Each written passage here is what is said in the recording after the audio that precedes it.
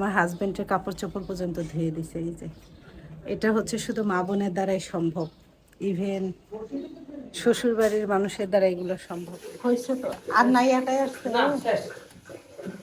হয়েছে নামাম পরে নামে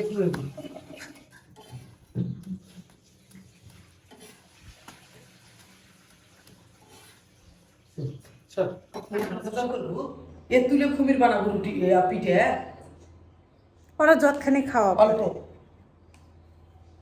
বারো করে দিব শান্ত রান্না করছে। মানে সেমাই সকালবেলা আমাদের হচ্ছে দিনাজপুরে আর কি নাস্তা বলে এগুলো। হ্যাঁ, সেমাই, এই যে বুটের কালারটা কত সুন্দর আসছে না? আপু ঢালে নাই, বললাম না এক জায়গা থেকে আরেক জায়গায় এসে রুটি, গ্যাস নাই, পিঠা বানাতে হবে, গোস্ত ভিজায় রাখছি। আর হচ্ছে যে গরুর গোস্ত ভিজায় রাখছি, এটাতে হচ্ছে সমসা বানাবে। গ্যাস আইছে তো মিচ্ছান আইছে, এই হলো অবস্থা। বুঝতে হচ্ছে আমি হচ্ছে কালকে একটু হাঁটাচলা করছি, বাট ওই যে বলে না যে ভালো থাকার অভিনয় করলে ও শরীর সাই না দিলে ভালো থাকা যায় না। মানে গতকালকে রাত্রে একটু হাঁটাচলা করছে, আজকে একটু আবার বেশি অসুস্থ হয়ে গেছি, এরকম সমস্যা। মানে ডাক্তার একদম 15 দিনের মনে বেড রেস্ট দিয়ে দিচ্ছে।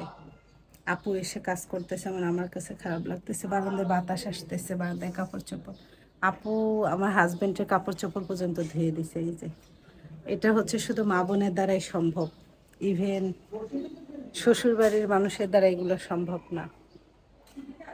আমাদের বারান্দায় দাঁড়িয়ে আছি, এখানে অনেকগুলো কচু শাক আছে, এটা বলে আনাজি কচু, আপনারা খান কিনা জানি না।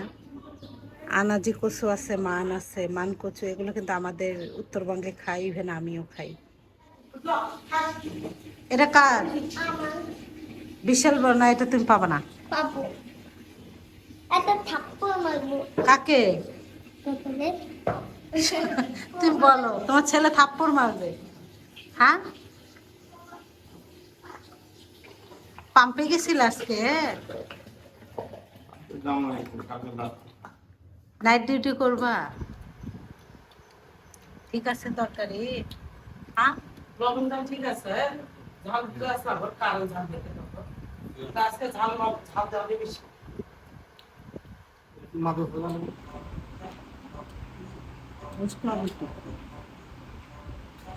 সেই মজা আম ভর্তা,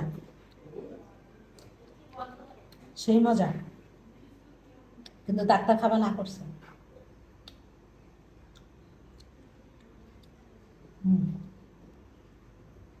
সেই মজা। আগে এটাকে খাও, এটাকে খাও।